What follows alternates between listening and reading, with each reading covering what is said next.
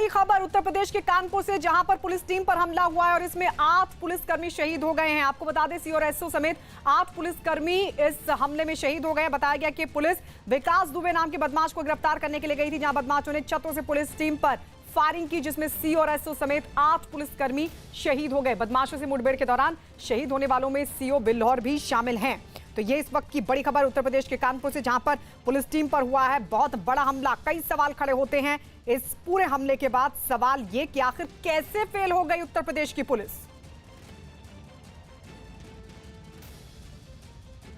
बहुत शातिर अपराधी है जिसका नाम है विकास दुबे। इसके अगेंस्ट 60 केसेस करीब दर्ज हैं। ये हिस्ट्री शीटर भी है। इसके विरुद्ध एक केस दर्ज हुआ था 307 का, एक व्यक्ति ने इसके खिलाफ दर्ज कराया था करीब 24 घंटे पहले। तो पुलिस पार्टी एक ऑपरेशन करने गई थी, क्योंकि ये बहुत शातिर अपराधी है और ये बराबर इस तरह का काम कर रहा था, तो उसको रेड करके पकड़ने के लिए हमारी पार्टी गई थी वहाँ पर। और इन लोगों ने वहाँ पर जेसीबी लगा दिया अपने गांव में, जहाँ पे पार्टी जा रही थी, जिस कारण गाड़ी वगैरह ऑब्स्ट्रक्ट हुई हमारी। और जब फोर्स उतरा तब इन्होंने फायरिंग की और हम लोगों ने उसमें जवाबी फायरिंग भी की। लेकिन चूँकि ये हाइट पर खड़े हुए थे लोग शायद अंधेरे में, तो इस वजह से जवाबी फायरिंग में इनके हमारे आदमियों पर गोलियां लगी हैं, जिसमें 8 आदमी शहीद हुए हैं, जिसमें हमारे लोकल सीओ साहब भी हैं और उनके साथ 3 सब इंस्पेक्टर्स और अन्य 4 कांस्टेबल्स हैं जिनको वीरगति प्राप्त हुई।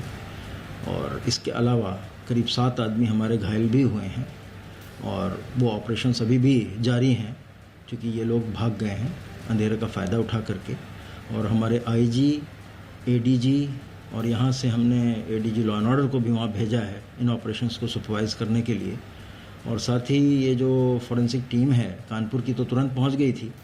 अभी लखनऊ से भी एक एक्सपर्ट टीम हमने रवाना की है और इसमें एसटीएफ को भी लगाया गया है और आईजी एसटीएफ वहाँ पहुँच रहे हैं। लोकल कानपुर का जो एसटीएफ यूनिट है वो ऑलरेडी कार्यरत है और इनके खिलाफ एक बहुत बृहत ऑपरेशन चलाया जा रहा है और ये उसी ऑपरेशन के कंटिन्यूएशन में है जिसके लिए पहले हमारी टीम वहाँ पे गई थी। तो ये बड़ी जानकारी देते हुए डीजीपी एचएस अवस्थी ये बताते हुए बेहद गंभीरता से पुलिस ले रही है। बड़ी चुनौती है, शातिर अपराधी था जिसको पकड़ने के लिए अब बड़ा ऑपरेशन चलाया जा रहा है। और ये बात भी उनकी तरफ से कही गई है कि IG, ADG law and order को भी वहां पर भेजा गया है। एसटीएफ भी वहां पर पहुंचे, लोकल एसटीएफ पहले से ही काम कर रही है और वो मान रहे हैं कि एक बड़ी चुनौती है पुलिस के लिए अंधेरे का फायदा उठाकर। हालांकि उस दौरान तो बदमाश भागने में कामयाब हो गए। हमारे सहयोगी अजीत हमारे साथ हैं। अजीत, बड़ी चुनौती बताते हुए डीजीपी कह रहे हैं कि शातिर अपराधी था और ये बात बखूबी समझती थी पुलिस, तभी 50 पुलिसकर्मियों की टीम पकड़ने के लिए गई थी, फिर फेल कैसे हो गई पुलिस? देखिए, बिल्कुल सवाल तो खड़ा ही होता है। विकास पर कम से कम 53 हत्या के मुकदमा दर्ज थे और टोटल 60 मुकदमे दर्ज थे। 2002 में एक पूर्व मंत्री की थाने में घुसकर इसने हत्या कर दी थी। तो पुलिस को कम से कम पूरी तैयारी से जाना चाहिए था। बिकूर, चूंकि जो बिल्हौर इलाके का गांव पड़ता है, वो उसका अपना गांव था और जब पुलिस फोर्स के लोग गए तो रास्ते में ट्रैक्टर टाली, जेसीबी को खड़ा कर दिया गया, लिहाजा पुलिस की गाड़ी अंदर नहीं जा पाई। और जब ये पैदल घेरने के पूरे गांव की कोशिश कर रहे थे तो जो छतों पर खड़े अपराधी थे उन्होंने ताबड़तोड़ फायरिंग कर दी। किस असलहे से गोली चलाई गई ये जानने के लिए उत्तर प्रदेश की पुलिस ने मुख्यमंत्री के निर्देश पर फोरेंसिक टीम भेजी है। डीजी एलओ जो कुमार प्रशांत कुमार वो वहां पहुंच गए हैं। जो डीजी जोन कानपुर हैं जनरायन सिंह वो वहां पर हैं। आईजी मोहित अग्रवाल वहां पर पहुंचते हैं। लेकिन सवाल ये है कि क्या विकास दुबे इतना ताकतवर अपराधी था कि किसने 50 पुलिसकर्मियों को भी कुछ नहीं समझा और 8 पुलिसकर्मियों की हत्या कर दी। सीओ मारे गए, उसमें देवेंद्र कुमार मिश्र, एसएचओ महेश यादव मारे गए, सब इंस्पेक्टर मारा गया। इसके अलावा 5 पुलिसकर्मी शहीद हुए गात्री और 1 पुलिसकर्मी अभी भी गंभीर है। 4 अस्पताल में जिंदगी और मौत से जूझ रहे हैं। तो सवाल उत्तर प्रदेश की पुलिस पर भी करना चाहेंगे। जिस तरह से मुख्यमंत्री की बात की जाए, योगी आदित्यनाथ एक मुहिम छेड़ी हुई है, गैंगस्टर बदमाशों को मारने की मुहिम है, उनको पकड़ने की मुहिम है, प्रदेश से अपराध खत्म करने की मुहिम है। ऐसे में विकास दुबे जैसे शातिर अपराधी घूम रहे हैं, इतने सारे पुलिस वालों की उन्होंने हत्या की है। अब कहीं तो आपको बता दिए बड़ा हमला हुआ है। डीजीपी खुद मान रहे हैं कि ये एक बड़ी चुनौती है पुलिस के लिए। अब एक बड़ा ऑपरेशन चलाया जा रहा है जिसमें कई थानों की फोर्स भी लगी हुई है। मौके पर आईजी, एडीजी भी रवाना किए गए हैं। काउंटर्स किए जा रहे थे और ये हर मंच पे कहा गया था, चाहे मुख्यमंत्री की ओर से या पुलिस प्रशासन के बड़े अधिकारियों की ओर से, मंत्री की ओर से, कि जितने भी अपराधी हैं उनके खिलाफ सख्त से सख्त कार्रवाई की जाएगी। और अपराधी जमानत कटवाकर जेल में जा रहे थे, कोर्ट में सरेंडर कर रहे थे। लेकिन उसी वक्त इतनी बड़ी घटना हो जाती है कि लॉ एंड ऑर्डर के मुद्दे पर जो सरकार उत्तर प्रदेश में आई है, उसी सरकार में 8 पुलिसकर्मियों की हत्या हो जाती है, घात लगाकर हमला किया जाता है। तो एक बात ज़रूर यहाँ पर बोलना ज़रूरी हो जाएगा कि एक अपराधी विकास दुबे उत्तर प्रदेश की सरकार को चुनौती दे रहा है। उत्तर प्रदेश की वो सरकार जो खाकी वर्दी के दम पर अपने इकबाल को जिसने कायम करने की कोशिश की थी, तमाम अपराधियों को उनके अंजाम तक पहुंचाया था, लेकिन विकास दुबे नाम का एक अपराधी भारी पड़ गया। लोकल पुलिस के ऊपर भी जरूर एक जिम्मेदारी जाएगी कि अगर विकास दुबे इतना बड़ा अपराधी था तो वो अब तक बाहर क्यों था, वो किस मुकदमे में बाहर था। तमाम ऐसे और भी मुकदमे होंगे जिनमें उसको जेल भेजा जा सकता था, क्या उसके ऊपर निगरानी रखी जा रही थी, क्या उसको पाबंद नहीं किया जा सकता था। वहाँ पर जो लोकल इंटेलिजेंस नेटवर्क था, क्या वहाँ पर कहीं कोई फेल्योर हुई है? जाहिर सी बात है, इतनी बड़ी घटना हुई है जो उत्तर प्रदेश में इतिहास बन गई है। सवाल ज़रूर उठेंगे उत्तर प्रदेश पुलिस के ऊपर भी और सरकार के ऊपर भी। विरोधी दलों को भी एक मौका मिल जाएगा कि लॉ एंड ऑर्डर के नाम पर जो सरकार बनी है, आखिरकार उस सरकार में इतना बड़ा वारदात कैसे हो जाती है, 8 पुलिसकर्मी कैसे शहीद हो जाते हैं। नीलू, बिल्कुल 8 पुलिसकर्मी शहीद। सवाल खड़ा होता है कि 53 हत्या के मामले दर्ज थे, करीब 60 मुकदमे दर्ज थे। विकास दुबे जो कि शातिर अपराधी था, हिस्ट्री शीटर, अब उसके खिलाफ, और वो कैसे बाहर घूम रहा था। और जाहिर तौर पर सवाल ये भी खड़ा होता है कि क्या पुलिस पूरी तरीके से तैयार नहीं थी? आखिर कहां पर चूक हो गई, कैसे पुलिस फेल हो गई इस बदमाश को पकड़ने में, क्योंकि अभी तक भी विकास दुबे की गिरफ्तारी नहीं हुई है। आपको बता दें, विकास दुबे के साथियों ने इस पूरे हमले को अंजाम दिया है। हालांकि यह अभी तक साफ नहीं हो सका कि उस दौरान क्या विकास दुबे भी वहां पर मौजूद था। विकास दुबे को गिरफ्तार करने के लिए पुलिस गई थी। राहुल नाम के शख्स की शिकायत पर यह गिरफ्तारी होनी थी, लेकिन पहले से ही विकास दुबे के खिलाफ सिर्फ हत्या के ही 53 मामले दर्ज हैं और 60 के करीब बाकी मुकदमे उसके खिलाफ दर्ज है। उसके बावजूद भी वो खुला घूम रहा था। और सबसे बड़ी बात यह कि मुख्यमंत्री ने एक वक्त कहा था कि एक जमाना था, हालांकि उन्होंने पिछली सरकारों की तुलना करते हुए कहा था कि एक जमाना था जब यूपी में छिप जाया करते थे अपराधी, लेकिन एक जमाना वो है, एक दौर अब वो आ चुका है कि या तो अपराधी अपराध छोड़ रहे हैं या फिर उत्तर प्रदेश छोड़ रहे हैं। लेकिन अब यह बड़ा सवाल खड़ा होता है क्योंकि मुख्यमंत्री इस पूरे मामले को लेकर बेहद गंभीर है। उनकी तरफ से भी रिपोर्ट तलब की गई है और मुख्यमंत्री योगी आदित्यनाथ की तरफ से यह साफ तौर पर निर्देश है कि कोई भी अपराधी बख्शा ना जाए, हर अपराधियों को सलाखों के पीछे भेज दिया जाए। बावजूद इसके आखिर पुलिस इस मामले में कैसे फेल हो गई, आखिर कहां पर चूक हुई, ये सबसे बड़ा सवाल है। अजीत हमारे सहयोगी लगातार बने हुए हैं। अजीत, मुझे याद आता है मुख्यमंत्री का वो स्टेटमेंट जब उन्होंने कहा था कि अखिलेश यादव की सरकार का जिक्र करते उन्होंने कहा था एक वक्त था जब उत्तर प्रदेश में आकर बाकी अपराधी छिप जाया करते थे, लेकिन अब एक जमाना वो आ चुका है कि या तो अपराधी अपराध छोड़ रहे हैं या फिर उत्तर प्रदेश को छोड़ रहे हैं। लेकिन आज पुलिस कैसे फेल हो गई? देखिए, बिल्कुल सवाल खड़ा होता है और उत्तर प्रदेश के मुख्यमंत्री योगी आदित्यनाथ ने कई बार सार्वजनिक तौर पर यह कहा है कि पुलिस बदमाशों की गोली का जवाब गोली से देगी, लेकिन आज शायद पुलिस ने गोली का जवाब गोली से नहीं दिया। यही वजह है कि बदमाशों के बजाय पुलिसकर्मी मारे गए। तो कई सारे सवाल खड़े होते हैं उत्तर प्रदेश के उन पुलिसकर्मियों पर जो या तो टीम लीडर था। अगर इतने बड़े अपराधी को आप पकड़ने जाते हैं, उसके गाँव में दबिश देने जाते हैं गायत्री, तो आपको पूरी तरह से तैयार रहना होगा। अगर उनके पास अच्छा, अजीत ये बताइए, जब ये पूरा हमला हुआ क्या उस दौरान विकास दुबे भी वहां पर मौजूद था? देखिए, बिल्कुल विकास दुबे मौजूद था, इसी वजह से वहां गोली चलाई गई, क्योंकि वो उसका घर था, वो वहां पर मौजूद था और उसकी पूरी जो छावनी की तरह कितनी थी अजीत? क्योंकि जिक्र हाइट का डीजीपी ने भी किया कि बेहद हाइट पे थे वो बदमाश जिन्होंने ताबड़तोड़ फायरिंग की। देखिए, बिल्कुल 2 मंजिले सिंगल मंजिले मकान थे और मकानों के ऊपर राइफलें और बड़े बड़े अत्याधुनिक असलहे लेकर बदमाश वहां पहले से तैयार थे। उन्हें शायद इस बात की सूचना मिल गई थी कि पुलिस फोर्स दबिश देने आ रही थी, लेकिन पुलिस को इस बात की सूचना नहीं थी कि ये सूचना बदमाशों को पहुंच चुकी है कि पुलिस की टीम वहां पर दबिश देने आ रही है। लिहाजा पुलिस से ज्यादा बदमाश वहां तैयार थे और जिसकी टीम ने एंट्री की, बदमाशों ने ऊपर से काफी हाइट से, लगभग आप ये समझिए 20-25 फुट हाइट से उन्होंने फायरिंग की और 2-3 तरफा फायरिंग की। लिहाजा पुलिस कर्मियों को बचने का कोई रास्ता नहीं मिला, भागने का कोई रास्ता नहीं मिला और ऊपर से अत्याधुनिक असलहों से, ऑटोमेटिक असलहों से फायरिंग की गई। लिहाजा पुलिसकर्मी मारे गए और अब अभी भी खबर आ रही है कि शायद पुलिस की जो मुठभेड़ है वो चल रही है। विकास दुबे के कई जो साथी हैं वो पुलिस की गिरफ्त में आ गए हैं या पुलिस लगातार कैंपिंग कर रही है। जो हमारे पास खबर आ रही है कि शायद पुलिस कर्मियों ने विकास दुबे के कई सहयोगी को पकड़ा है, कोई घायल भी हुआ। तो अभी उसकी आधिकारिक पुष्टि नहीं हुई है गायत्री, लेकिन ये जरूर है कि पुलिस को थोड़ी सफलता मिलती नजर आ रही। विकास के कई सहयोगी जो है वो पुलिस के हत्थे चढ़ गए, लेकिन विकास दुबे अभी भी फरार है, जिसने यूपी के 8 वीर जवानों को शहीद कर दिया है। अब सवाल यही खड़ा होता है कि डीजीपी पहुंच जाएंगे वहां, एडीजी पहुंच जाएंगे, सरकार के मंत्री पहुंच जाएंगे, लेकिन शायद जो 8 पुलिसकर्मी हमारे शहीद हुए हैं उनकी जान वापस नहीं आ सकती। अगर मुख्यमंत्री की इनकाउंटर पॉलिसी की तारीफ हाईकोर्ट ने की, कई राज्यों ने की कि बदमाशों को छोड़ा नहीं जाएगा। खुलेआम मंचों पर मुख्यमंत्री ने सार्वजनिक तौर पर कहा कि पुलिस का जो गोली का जवाब गोली से देगी, हमारी पुलिस चुप नहीं रहेगी। लेकिन एक बदमाश विकास दुबे, जिसने उत्तर प्रदेश की पुलिस को चुनौती दे डाली, सरकार को गड्ढे में खड़ा कर दिया, तो ये बड़ा सवाल खड़ा होता है कि आखिर कैसे ऐसे अपराधियों को उत्तर प्रदेश में रहने की इजाजत दी जा रही, वो भी उस वक्त जब योगी आदित्यनाथ जैसा मुख्यमंत्री है जिन्होंने साफ तौर पर अपनी इनकाउंटर पॉलिसी को देश के सामने रखा कि हम छोड़ेंगे नहीं किसी को, उत्तर प्रदेश में कोई अपराध करता है तो वो मारा जाएगा। तो निश्चित तौर पर 2000 से अधिक इनकाउंटर उत्तर प्रदेश सरकार ने बनेगा, जिला पंचायत सदस्य बनेगा, तो ये मान के चलिए वो बगैर विकास दुबे की मदद के नहीं बन सकता था।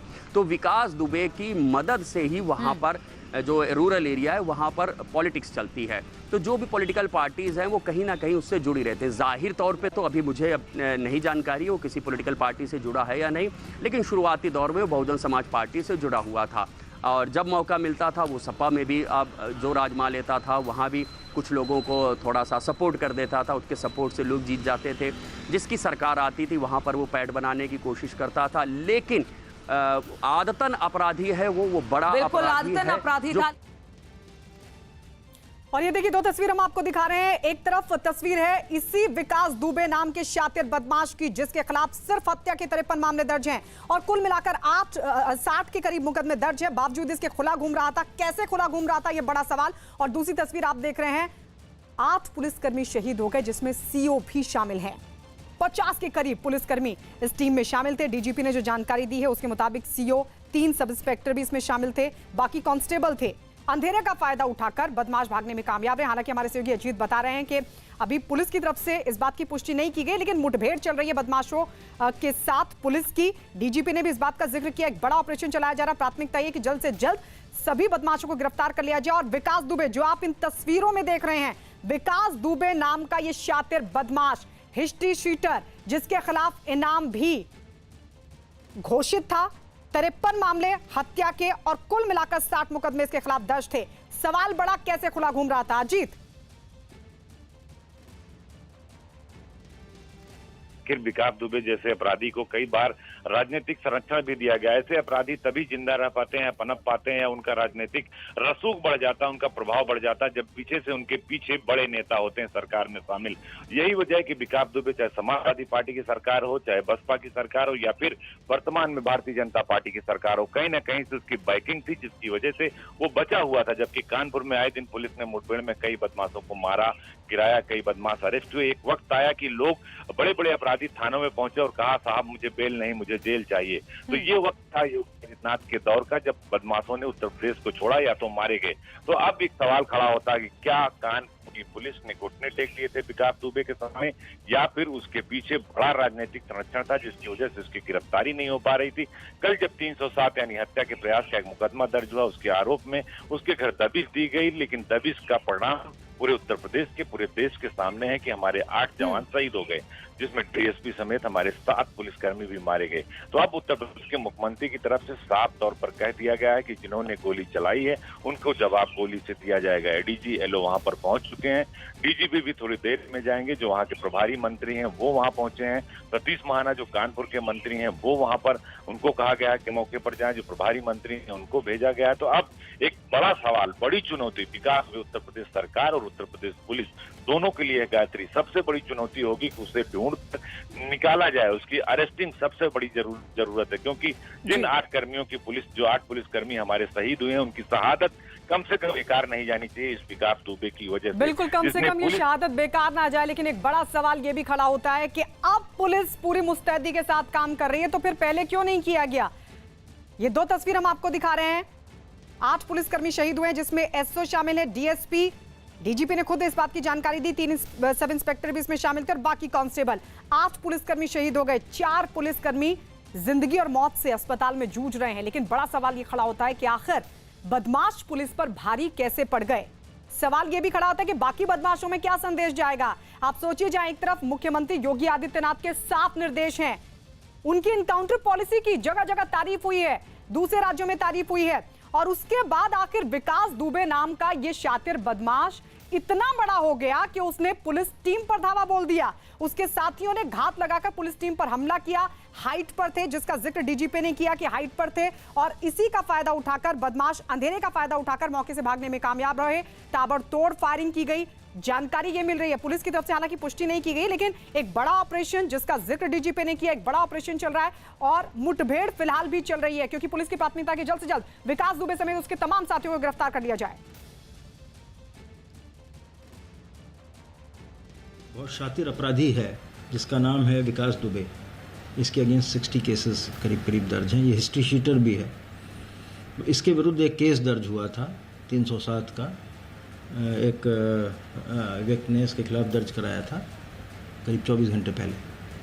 तो पुलिस पार्टी एक ऑपरेशन करने गई थी, क्योंकि ये बहुत शातिर अपराधी है और ये बराबर इस तरह का काम कर रहा था, तो उसको रेड करके पकड़ने के लिए हमारी पार्टी गई थी वहाँ पर।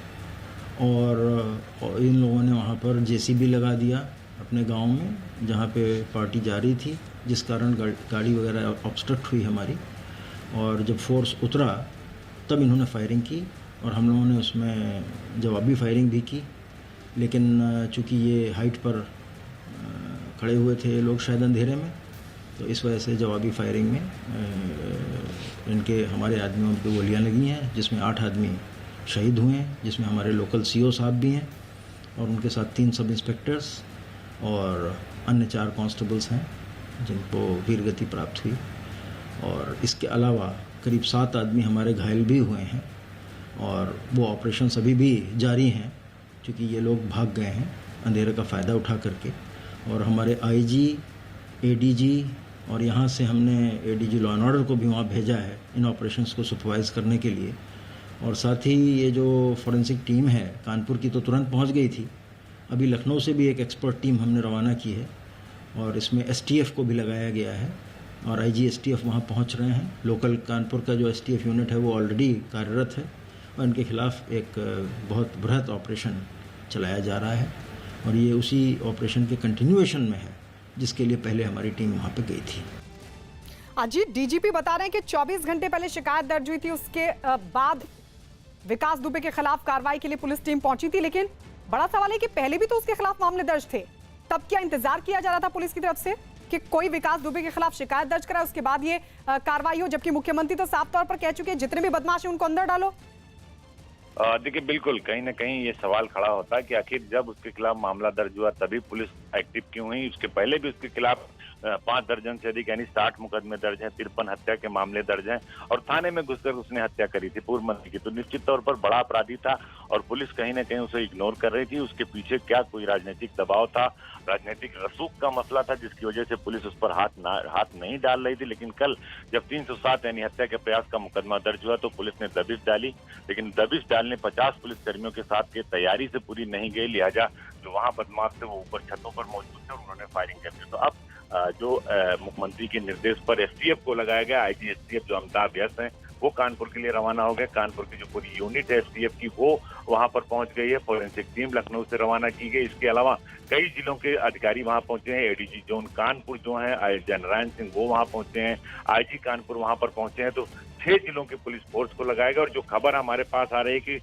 जो विकास दुबे के 3 सहयोगी थे जो मुठभेड़ में उनसे पुलिस की मुठभेड़ हुई और खबर ये भी आ रही है कि 3 सहयोगियों को पुलिस ने मार गिराया, लेकिन अभी इसकी आधिकारिक पुष्टि नहीं है। इस वक्त की बड़ी खबर है कि विकास दुबे के 3 सहयोगियों को पुलिस ने मार गिराया है, ये सूत्रों के मुताबिक खबर है, लेकिन अभी इसकी कोई आधिकारिक पुष्टि नहीं की जा रही कि आखिर मुठभेड़ कहाँ पर हुई है, किस तरह से हुई है। लेकिन ये बात जरूर है कि पुलिस को सफलता मिलती दिख रही। लेकिन अभी जो विकास दुबे है, जो मेन आरोपी है, वो नहीं पकड़ा गया है। फिलहाल जो मामला अभी तक सामने आया उसमें यही कहा जा रहा है कि काशीराम जो निवादा गांव के पास जो है 3 लोगों को पुलिस ने मार गिराया। हालांकि पुलिस की तरफ से इसकी पुष्टि नहीं हुई है, लेकिन अगर तीन अपराधियों को पुलिस ने मारा है तो थोड़ी बहुत सफलता जरूर मिली। लेकिन अभी विकास दुबे जो मुख्य आरोपी है वो नहीं पकड़ा गया। तो अभी इस बात को समझने की जरूरत उत्तर प्रदेश पुलिस को, एसटीएफ को, कि सबसे पहला टारगेट वो होना चाहिए जिसने 8 पुलिसकर्मियों को शहीद कर दिया। तो अब मुख्यमंत्री की तरफ से साफ तौर पर वहां के डीजी, वहां के एसएसपी को कह दिया गया। अच्छा अजीत, 1 बजे की घटना है जब पुलिस टीम पर ये पूरा हमला हुआ था। आप बता भी रहे हैं कि जिस घर से फायरिंग हुई विकास दुबे का ही था। आसपास के मकानों का भी क्या इस्तेमाल किया गया था? विकास दुबे कहीं अगर भागने की कोशिश भी की होगी तो 1 बजे की घटना से और अब कई घंटे हालांकि बीत चुके, लेकिन ज्यादा दूर तक तो नहीं गया होगा।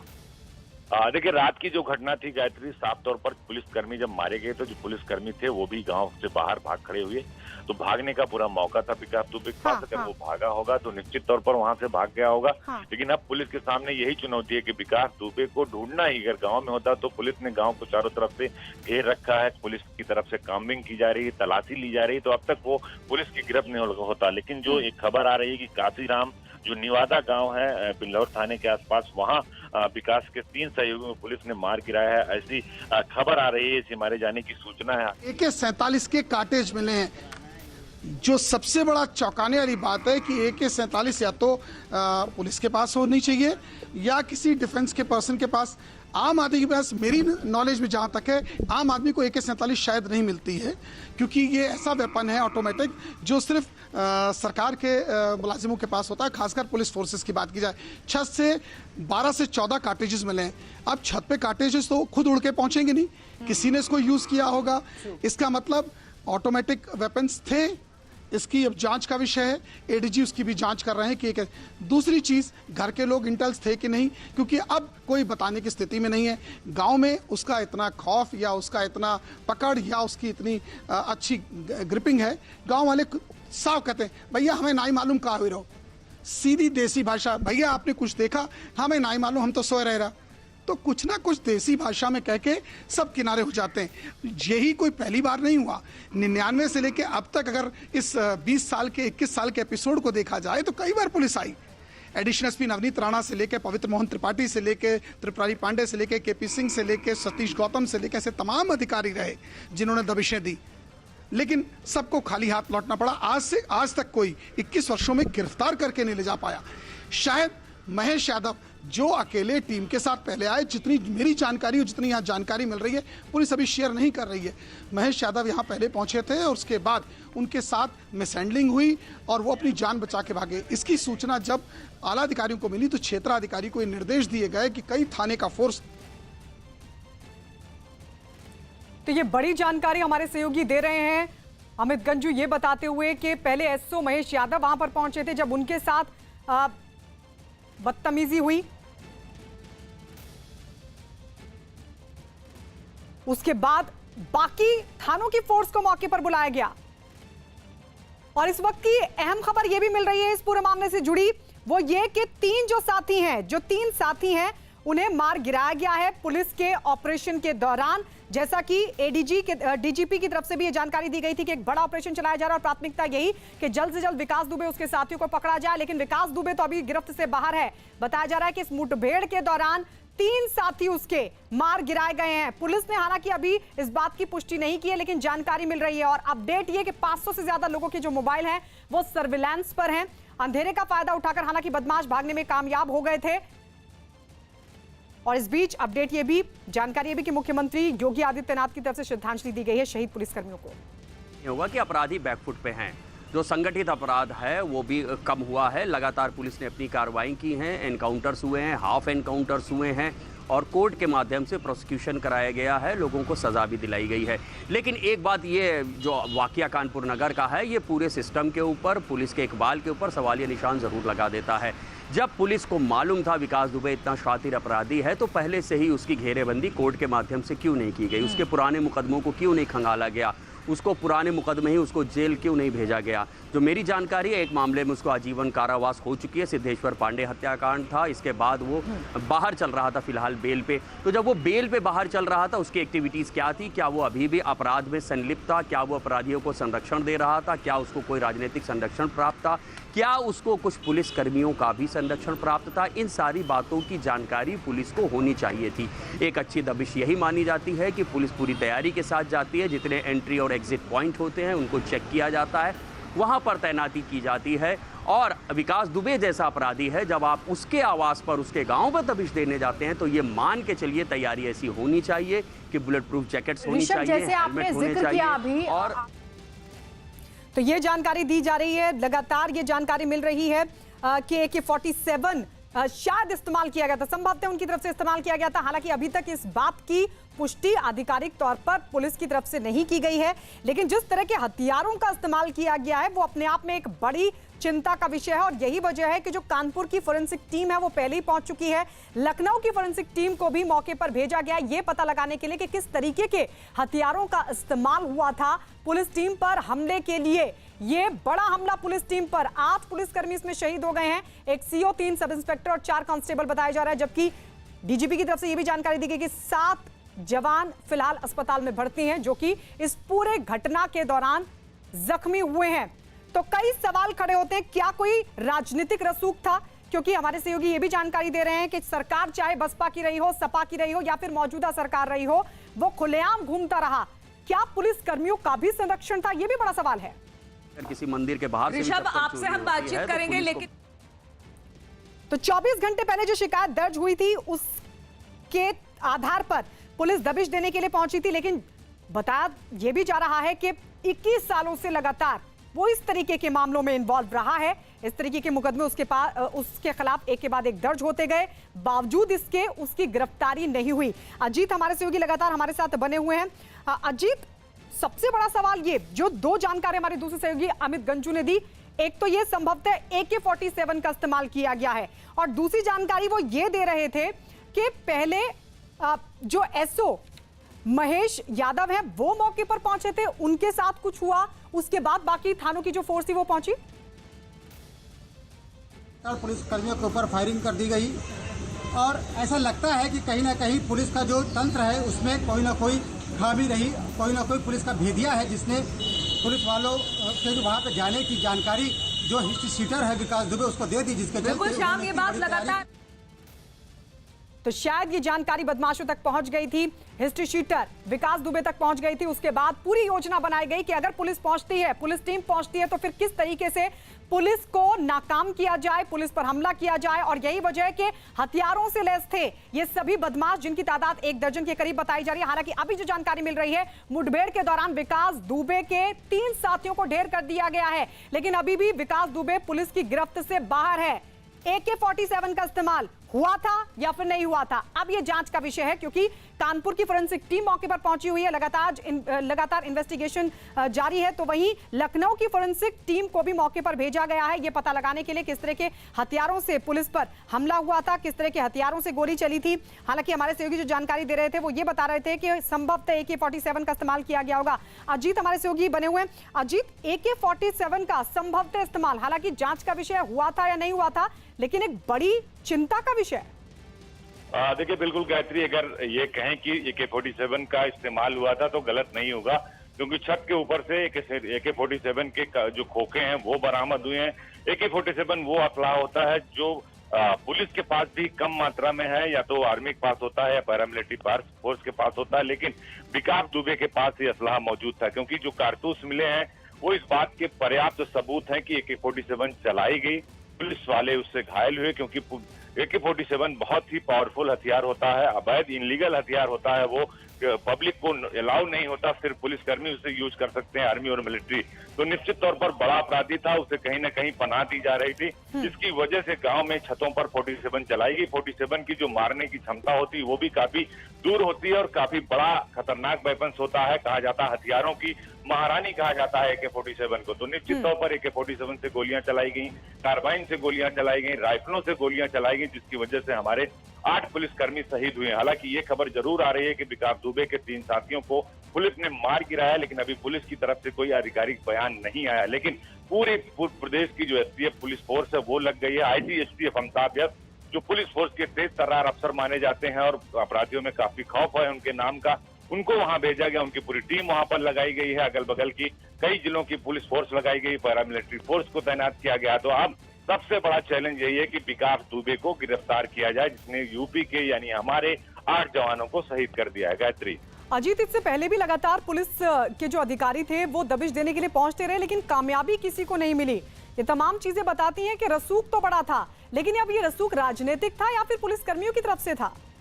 नहीं, देखिए बिल्कुल जब कोई पुलिस कर्मियों के रसूख से इतने बड़ा अपराधी नहीं बच सकता। एक के बाद एक उसने 53 हत्याएं की और लगातार उसके जो हत्या फिरौती जो धंधे हैं वो लगातार उसके चल रहे थे। तो निश्चित तौर पर राजनीतिक रसूख था, कभी समाजवादी पार्टी, कभी बसपा, और जब भारतीय जनता पार्टी सरकार आई, हालांकि वो बीजेपी में नहीं था, लेकिन कहीं न कहीं अगर उसके पीछे सत्ता का हाथ नहीं होता, वहां लोकल MLA मंत्रियों का हाथ नहीं होता, तो पुलिस के ऊपर वो अटैक नहीं करता। निश्चित तौर पर वो पहले ही पकड़ा जाता। लेकिन उसका राजनीतिक रसूख ही था कि पुलिस उस पर हाथ डाल नहीं रही थी, और जब 307 का मुकदमा दर्ज हो गया हत्या का प्रयास का, तो पुलिस ने उसे पकड़ने की पुलिस के संरक्षण या पुलिस के शह से भी इनकार इसलिए नहीं किया जा सकता क्योंकि जिस तरीके से योजना बनाकर बदमाशों ने इस पूरे घटना को अंजाम दिया, वो भी अपने आप में एक बड़ा सवाल खड़ा करता है कि कैसे इन बदमाशों को इस बात की जानकारी लग गई, क्योंकि शातिर बदमाश था और जाहिर है गुपचुप तरीके से पुलिस ने योजना बनाई होगी। बावजूद इसके ये तमाम बातें कैसे लीक हो गई?